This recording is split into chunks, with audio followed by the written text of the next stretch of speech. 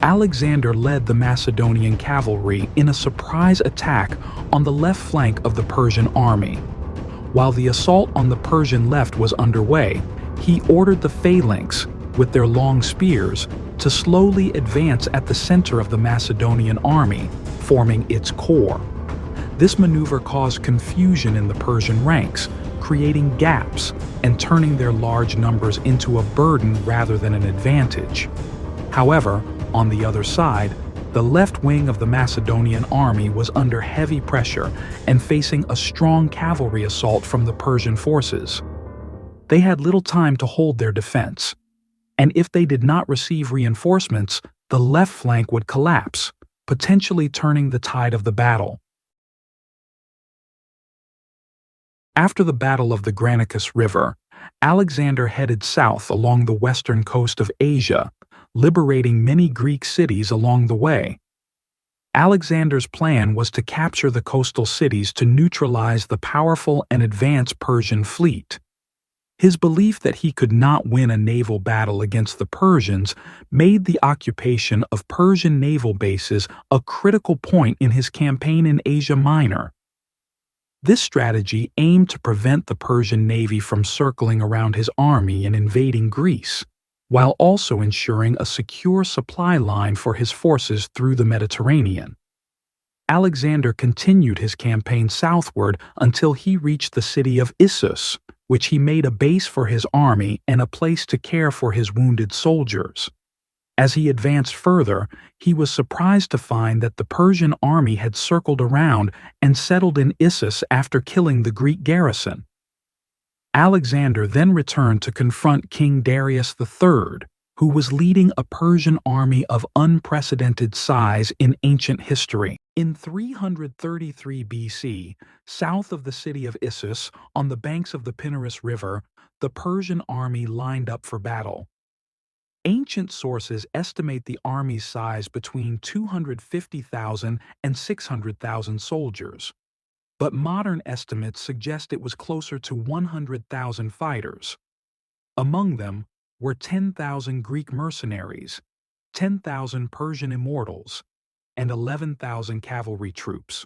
On the opposite side, Alexander's army consisted of 40,000 soldiers, including 6,000 cavalry, 13,000 light infantry, and 22,000 phalanx troops equipped with their long spears. Darius deployed his army along a coastal plain north of the Pinarus River, with his forces stretched across the 3-mile width of the plain. The sea lay to the right, and hills to the left. The location of the battlefield was ideal for Alexander, as it limited Darius's ability to spread his army over a larger area and encircle the Macedonian forces. Alexander organized his army with the right wing under his personal command, the center formed by the phalanx units, and the left wing led by General Parmenion. This strategic arrangement allowed Alexander to maximize the effectiveness of his smaller but highly disciplined army, while minimizing the risk of being surrounded by Darius's much larger force. Alexander led the cavalry in a powerful and sudden attack on the Persian left flank, while the phalanx advanced slowly in the center of the Persian army. This created confusion and disarray on the Persian left and in the center, where Darius III was positioned, protected by 2,000 of his elite personal guards. The coordinated assault on both fronts disrupted the Persian defenses, putting immense pressure on Darius and his troops. A fierce battle raged between two great armies and empires. Alexander and his troops launched a bold attack on the left flank of the Persian army, while the phalanx forces tried to neutralize and confuse the center of the Persian formation.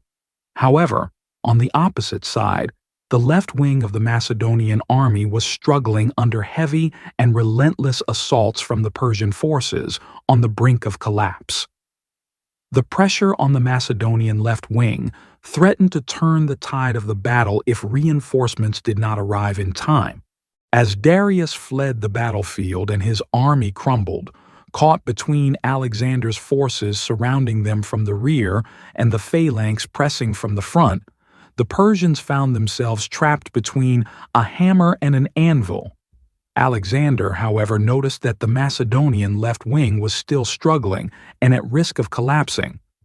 Faced with a critical choice, either to pursue Darius and end the war or to reinforce the left wing, Alexander decided to support his left flank with his cavalry. After securing the left wing, Alexander, along with a small group of companions, pursued Darius. Although Darius himself escaped, Alexander managed to capture his family, including his wife, daughter, and mother. The Persian army, in a state of disarray, fled the battlefield in humiliation, pursued by the Macedonian soldiers who killed hundreds during the retreat.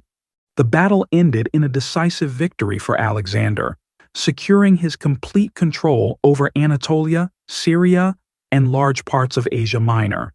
This victory not only solidified his dominance in the region, but also marked a significant step in his campaign to conquer the Persian Empire.